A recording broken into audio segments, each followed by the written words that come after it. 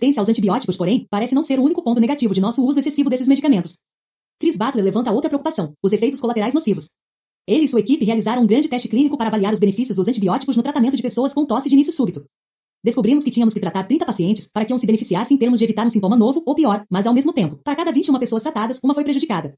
Assim você vê que o número de pessoas tratadas que alcançam benefícios é mais ou menos contrabalançado pelo número daquelas que são prejudicadas pelo mesmo tratamento. Esses efeitos colaterais desagradáveis costumam assumir a forma de erupções cutâneas e diarreia. Nos 70 anos desde o desenvolvimento da penicilina, 20 novos tipos de antibióticos já foram sintetizados. Eles estão na lista dos medicamentos mais prescritos, e os esforços para descobrir ainda mais compostos químicos de ação antibiótica para combater a ameaça sempre renovada das bactérias em evolução prossegue.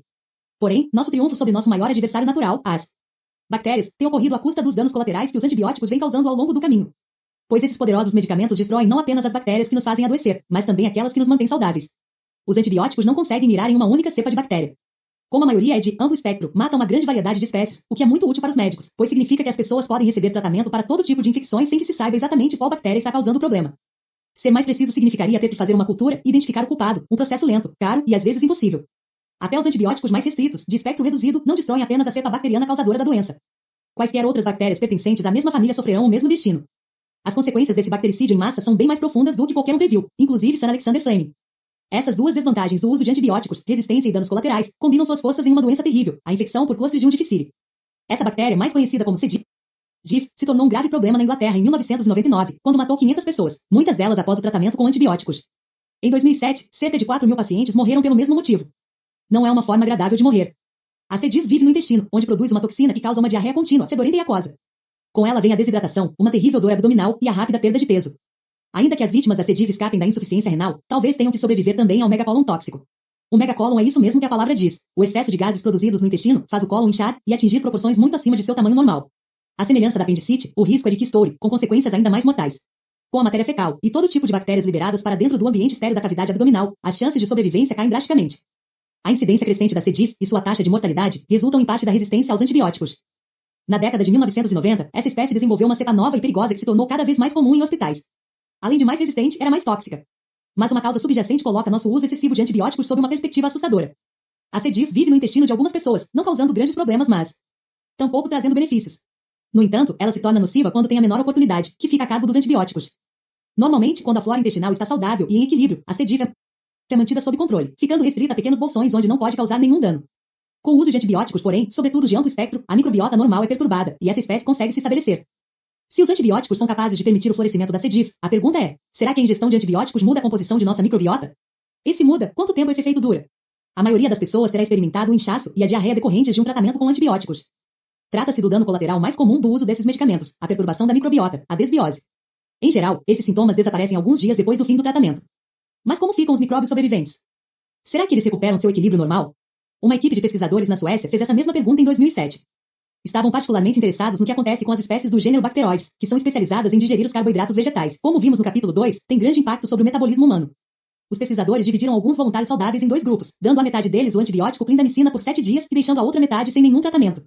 Os micróbios do intestino dos pacientes que receberam clindamicina foram drasticamente afetados logo após a medicação.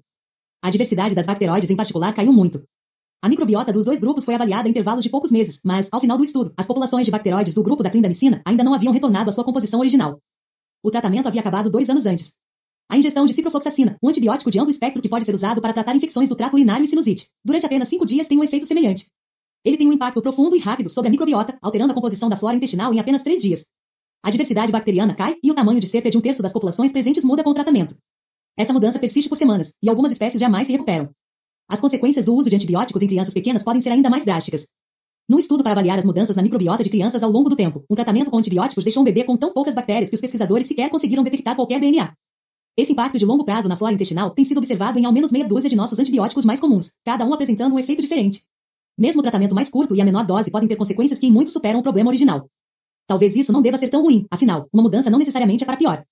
Mas pense na ascensão das doenças do século XXI. Diabetes tipo 1 e esclerose múltipla na década de 1950, alergias e autismo no final da década de 1940. A epidemia de obesidade tem sido atribuída ao advento dos supermercados de autosserviço e aos prazeres sem culpa associados do consumo anônimo. Mas quando foi que esses males começaram a se proliferar? Nos anos 1940 e 1950. Essas datas coincidem com outro acontecimento importante, a recuperação de Anne Miller, ou mais precisamente, os desembarques do dia D em 1944, quando os antibióticos se tornaram disponíveis em grandes quantidades. Seu emprego nesse dia histórico foi logo seguido pela liberação de seu uso público. A sífilis foi o alvo principal, já que afetava 15% dos adultos em algum ponto de suas vidas. Em pouco tempo, a produção de antibióticos ficou barata, e esse medicamento passou a ser prescrito com frequência. A penicilina permaneceu um grande favorito, mas 5 outras classes de antibióticos foram lançadas no espaço de uma década, cada uma tendo como alvo um ponto fraco específico de alguma bactéria. No entanto, houve uma ligeira demora entre 1944 e o início da ascensão das doenças do século XXI, o que pode sugerir um desencontro. Mas esse intervalo é previsível. Levou tempo até que o uso de antibióticos se tornasse generalizado, que novos tipos de antibiótico fossem desenvolvidos, que as crianças crescessem sob a influência desses remédios em seu corpo e que as doenças crônicas se desenvolvessem. Também levou tempo para os efeitos se tornarem evidentes em populações, países e continentes inteiros. Se o lançamento dos antibióticos em 1944 é de algum modo responsável por nosso estado de saúde atual, os anos 1950 são o período exato em que devemos esperar notar o surgimento de seu impacto. Mas não vamos nos precipitar. Como qualquer cientista se apressaria em observar, correlação nem sempre significa causa. A relação entre o momento da introdução dos antibióticos e o aumento das doenças crônicas pode ser tão irreal quanto a ideia de que os supermercados de autosserviço são responsáveis pelo aumento da obesidade. Associações isoladas, embora funcionem como guias úteis, nem sempre proporcionam um vínculo causal. Para encontrarmos um real vínculo causal, precisamos de duas coisas. A primeira são indícios de que essa ligação seja real. Será verdade que o uso de antibióticos é responsável por um risco maior de desenvolver alguma doença do século XXI? A segunda é a criação de um mecanismo que explique como o primeiro fato poderia causar o segundo. Como tomar antibióticos provoca alergias, autoimunidade ou obesidade? A ideia de que antibióticos são capazes de alterar a microbiota, mudar o metabolismo, obesidade, atrapalhar o desenvolvimento do cérebro, autismo, e afetar o sistema imunológico, alergias e doenças autoimunes, precisa ser respaldada por mais do que a mera coincidência temporal. Desde a década de 1950 sabemos que, além do impacto na engorda do gado, os antibióticos também podem causar aumento de peso em seres humanos. Naquela época, antes do início da epidemia da obesidade, os antibióticos eram intencionalmente usados em seres humanos por suas propriedades de promoção do crescimento. Alguns médicos pioneiros, conhecedores do impacto recém-descoberto dos antibióticos no crescimento dos animais, experimentaram tratar bebês prematuros e desnutridos. Para os recém-nascidos, os resultados foram espetaculares. Eles se beneficiaram com um aumento no peso que os resgatou das garras da morte. Mas da perspectiva das massas atuais de pessoas obesas, esses experimentos deveriam ter soado como um alerta. Os resultados não se limitavam aos bebês. Em 1953, um tratamento experimental com antibiótico conduzido pela Marinha Americana começou como um teste para descobrir se a ureomicina profilática era capaz de reduzir a ocorrência de infecções por estreptococos. Com a meticulosidade militar típica, a altura e o peso dos recrutas que iriam participar foram registrados, o que levou a equipe de pesquisadores a uma observação surpreendente. Aqueles que receberam antibióticos estavam ganhando bem mais peso do que os que ingeriram um placebo com a mesma embalagem. Como no caso dos bebês, o resultado inesperado do tratamento foi visto em termos do valor nutricional que poderia oferecer, não como um indicador alarmante dos tempos modernos. Com a epidemia da obesidade a pleno vapor e nossa nova compreensão do banquete microbiano oferecido em nosso intestino, aqueles experimentos pioneiros apresentam uma visão alternativa do papel dos antibióticos no ganho de peso. É chocante que um efeito tão conhecido sobre animais e até seres humanos tenha sido negligenciado como uma via de pesquisa dadas as proporções dessa epidemia hoje. Sabíamos que os antibióticos causavam aumento de peso porque fizemos uso deles para engordar o gado e melhorar a nutrição das pessoas que mais precisavam, mas ignoramos esse efeito colateral no contexto de uma catástrofe de saúde global. Com certeza, nossa população de micro-organismos desempenha um papel importante no aumento de peso, mas será que os antibióticos são capazes de transformar uma microbiota magra em obesa? Essa é uma pergunta difícil. Dar antibióticos a grandes números de pessoas saudáveis para ver se elas engordam é algo que passa longe da ética, de modo que os cientistas precisam depender de suas observações e de um ou outro camundongo.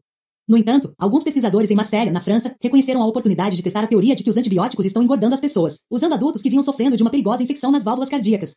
Esses pacientes precisavam desesperadamente de grandes quantidades de antibióticos para melhorarem, o que proporcionava uma ótima chance para os cientistas examinarem o ganho de peso associado. Os pesquisadores compararam mudanças em seu índice de massa corporal, IMC, no ano seguinte com as de um conjunto de pessoas saudáveis que não receberam antibióticos. Os pacientes ganharam bem mais peso do que as pessoas saudáveis, mas apenas aqueles com uma combinação específica de antibióticos, vancomicina mais gentamicina, foram afetados. Os que tomaram outras variedades de antibióticos foram poupados, não ganhando mais peso do que o grupo de controle.